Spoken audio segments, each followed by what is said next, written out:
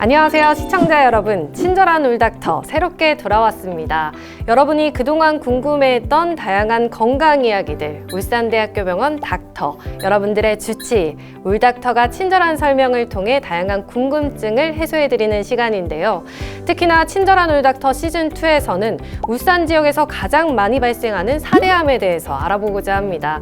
여러분들의 많은 관심과 시청 부탁드립니다. 이 암은 매년 24만 명의 환자가 발생할 정도로 한국인이 가장 무서워하는 질환인데요. 오늘 그 첫 번째 시간으로 폐암에 대해서 이야기를 나눠보겠습니다.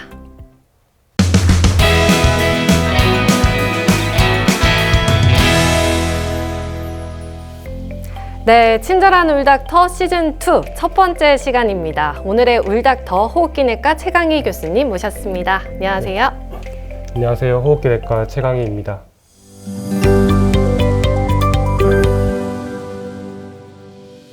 사대암 중 첫 번째로 폐암에 대해서 친절한 울닥터를 찍게 되어 영광입니다. 폐암에 대해서 궁금하신 점들을 해결할 수 있는 시간이 되었으면 좋겠습니다. 네, 그럼 교수님과 함께 폐암에 대해서 본격적으로 이야기 나눠보도록 하겠습니다.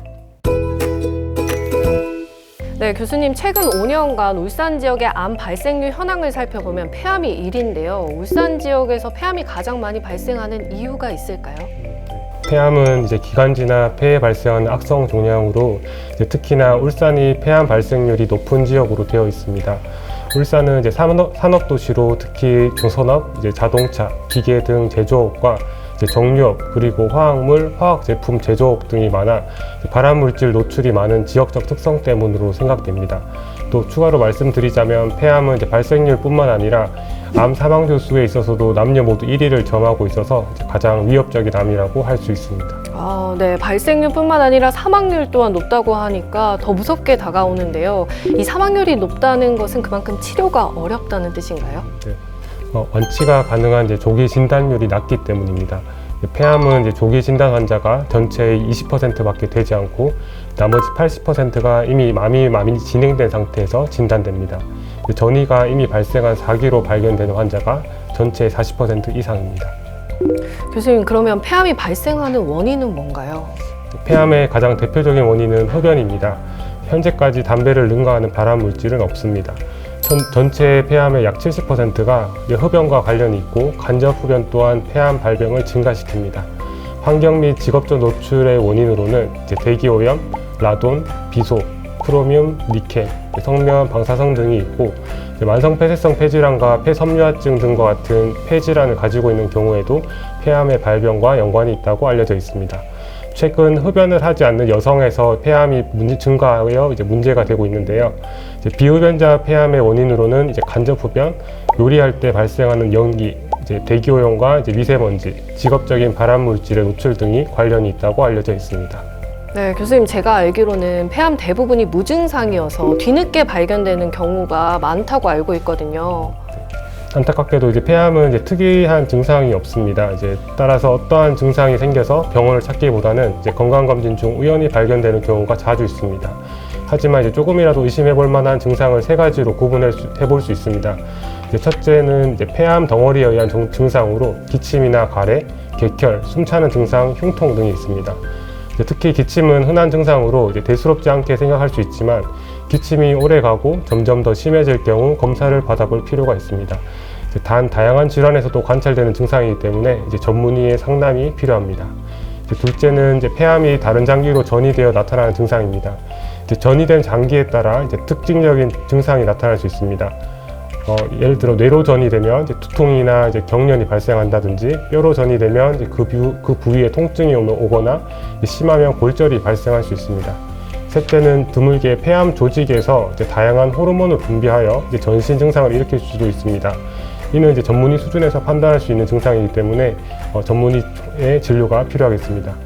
결론적으로 폐암만이 가지고 있는 특징적인 증상은 없습니다. 그래서 폐암 발병의 가장 주 원인인 흡연을 하지 않는 것이 강조되는 이유가 여기에 있겠습니다. 네, 교수님 말씀에 따르면 이 질병이 어느 정도 진행될 때까지는 증상이 없다는 말씀이시죠? 네, 그럼 교수님이 계속해서 강조하신 것처럼 금연이 가장 중요한 예방법이 아닐까 하는데요. 이 초기에 진단을 받는 방법은 없을까요? 일반적으로 이제 폐 검사하면 떠오르는 것이 엑스레이 검사입니다. 하지만 건강검진에서 촬영하는 흉부 X선 검사로는 폐암을 조기 발견하는 것이 어려워서 폐암에 대한 선별 검사로는 권고하지 않고 있습니다. 그 이유는 이제 흉부 X선은 크기가 작은 폐암을 발견하는데 민감하지 못하기 때문입니다. 또한 이제 작은 폐암 덩어리는 이제 다른 구조물에 가려서 보이지 않게 되는 이제 사각지대를 많이 가지고 있습니다. 따라서 이제 폐암이 있어도 이제 흉부 X선에서는 정상 소견으로 보일 수 있습니다.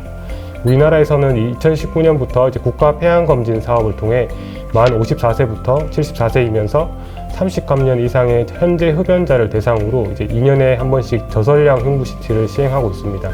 저설량 흉부 CT는 이제 민감하게 폐병변을 발견할 수 있어서 조기 폐암 발견에 유용합니다. 물론 저설량 흉부 CT 또한 이제 완벽할 수는 없지만 현재까지는 폐암 발생 고위험 환자에서 선별 검사로는 과학적으로 입증된 검사이며 가장 효과적인 방법입니다. 네, 저희가 보통 건강검진을 할 때 흉부 엑스레이는 꼭 찍게 되는데 거기 검사 결과에서 정상 소견으로 나온다 하더라도 마냥 안심할 수는 없겠네요.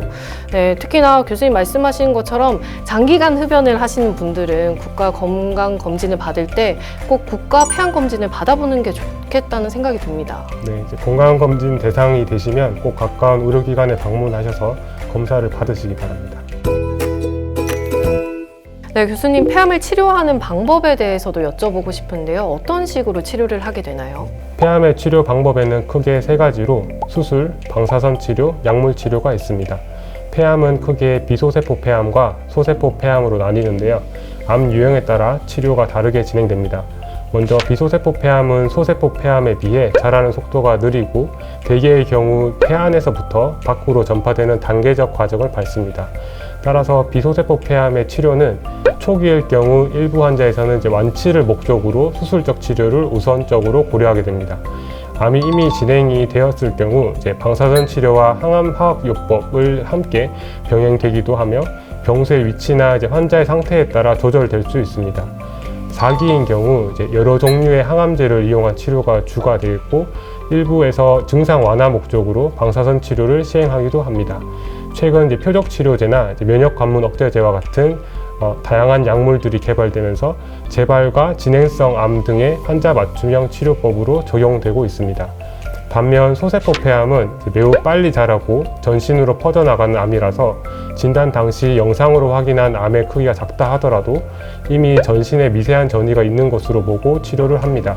따라서 소세포 폐암은 항암 화학 치료가 주된 치료법이고 영상의학 검사에서 암이 한쪽 폐 안에만 국한되어 있는 경우 방사선 치료를 병행할 수 있습니다.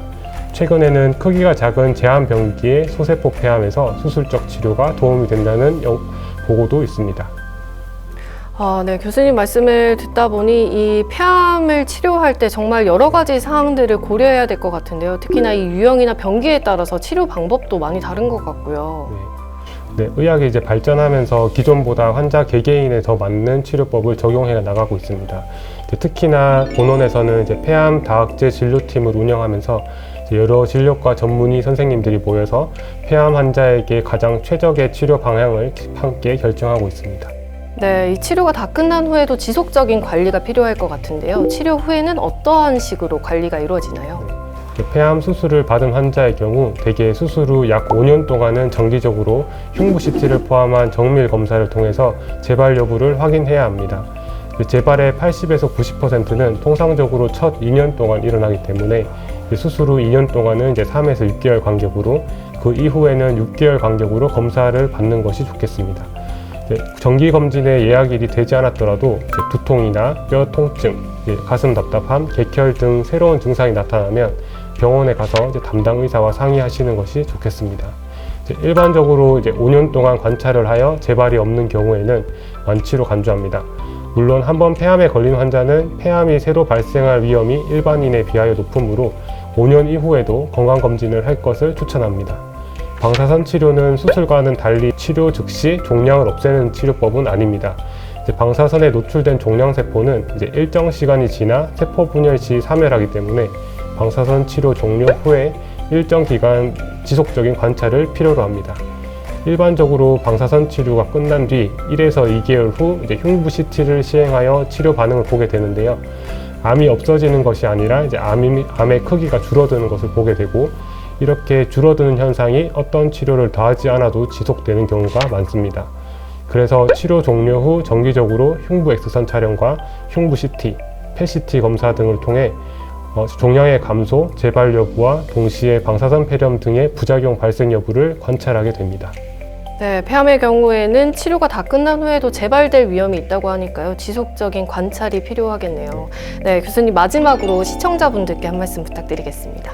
네, 폐암은 우리나라에서 1년에 29,000명 정도 환자가 발생하고 폐암으로 1년에 19,000명 정도가 사망하는 무서운 암입니다. 최근 진단 방법과 치료 약제들이 발전하면서 조기에 진단되고 암 생존율이 올라가고 있지만 무엇보다 중요한 것은 이제 폐암 발생을 예방하는 것입니다.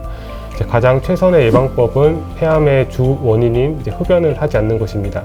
흡연자분들은 꼭 금연하여 건강을 지키시기 바랍니다. 네, 친절한 울닥터 시즌2 최강희 교수님과 폐암에 대해서 이야기를 나눠봤는데요.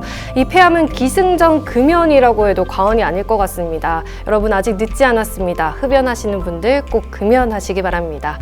네, 울산 시민 모두가 건강해지는 그날까지 친절한 울닥터는 계속됩니다. 여러분 다음 편에 다시 만나 뵙겠습니다. 감사합니다.